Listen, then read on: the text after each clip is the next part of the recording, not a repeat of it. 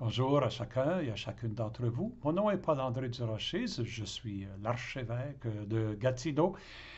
Ceci est ma septième capsule vidéo dans une série que j'appelle La messe déconfinée, dans laquelle j'essaie de présenter les différents éléments de la célébration eucharistique dans une vision qui est vraiment ouverte sur le monde, parce que nous sommes là pour la gloire de Dieu et le salut du monde.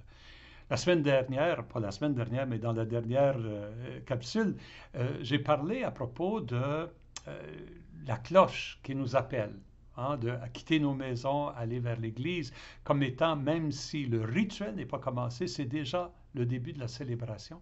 Aujourd'hui, je veux parler à propos de l'entrée dans l'Église. Encore là, la célébration n'est on pourrait dire le rituel n'est pas commencé, mais la célébration est déjà commencée parce que quand j'arrive à l'église, la première chose qui me saute aux yeux, c'est que je n'y arrive pas seul, pas normalement de toute façon.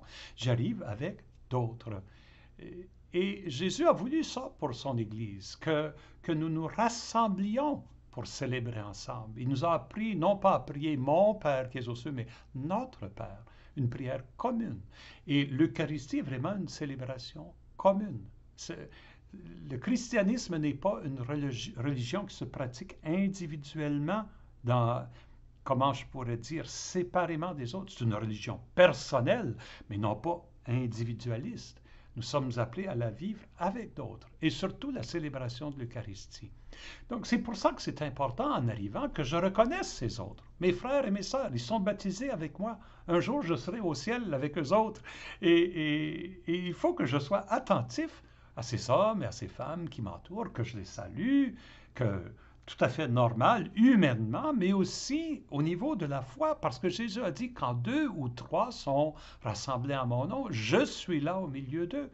Donc, le Christ est présent, il y a une présence réelle du Christ dans ces gens-là qui m'entourent, qui viennent avec moi célébrer. Quand je les salue, c'est pas juste comme, comment je pourrais dire, une salutation dans un magasin, salut, mais vraiment, c'est un frère, c'est une sœur qui vient avec moi louer le Seigneur, qui vient avec moi rencontrer Jésus dans sa parole et dans son pain de vie, et qui, avec moi, va porter la mission de l'Église au cœur du monde. Alors, c'est important que je prenne le temps de les saluer, de les reconnaître autour de moi. C'est Quand j'étais petit gars, on m'avait enseigné, ah, tu peux pas parler dans l'église, c'est péché. De fait, c'était le premier péché que j'ai confessé. Je pense, en confession, là, j'ai parlé dans l'église. Puis comme j'étais un petit qui parle beaucoup, ça, j'ai pas beaucoup changé, vous le savez, bon, c'est un péché que je commettais souvent. Mais que voulez-vous? Je comprenais pas pourquoi Tommy puis Lisa, qui étaient mes amis sur la rue, avec qui je jouais, avec qui je parlais, quand j'arrivais à l'église, que tout à coup, je ne pouvais pas les reconnaître. Il fallait que je fasse semblant qu'ils n'étaient plus là. Mais non, mais non, ce sont mes frères et mes sœurs dans la foi.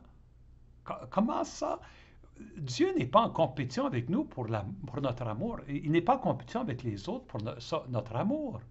C'est pas comme s'il faut que je me détourne des autres pour me tourner vers Dieu. Non, c'est en étant attentif aux autres que je deviens attentif à Dieu. Alors prenons le temps de demander aux gens autour de nous, surtout les étrangers, qu'on aille se présenter. Qui êtes-vous? Bienvenue dans notre communauté chrétienne.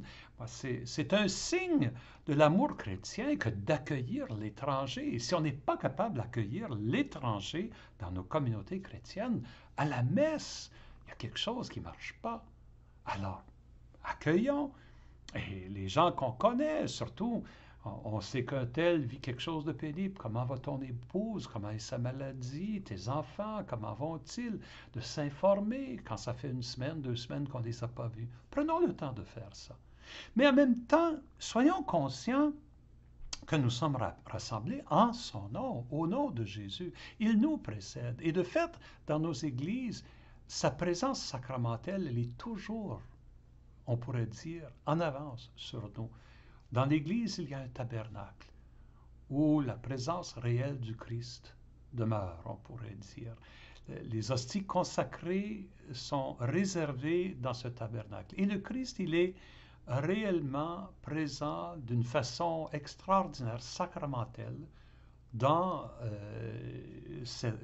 dans ces hosties.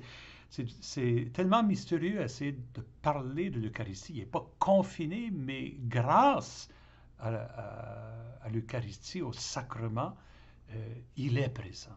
Il est présent à nous. Et nous devons être présents à lui. C'est pour ça que quand je rentre dans une église, je cherche où est le tabernacle.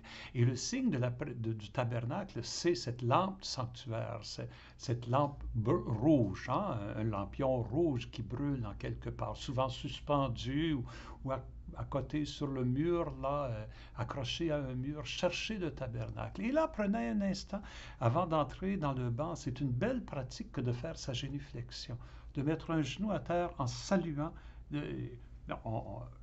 On ne fait pas ça de n'importe quoi. On se tourne vers le tabernacle. On salue le Christ présent dans le sacrement de l'Eucharistie.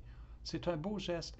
Parfois, je suis un peu surpris dans certaines églises, jusqu'à ce que le chant d'entrée commence. C'est comme si j'étais je ne sais pas moi, une salle de spectacle où tout le monde est en train de jaser, de s'interpeller.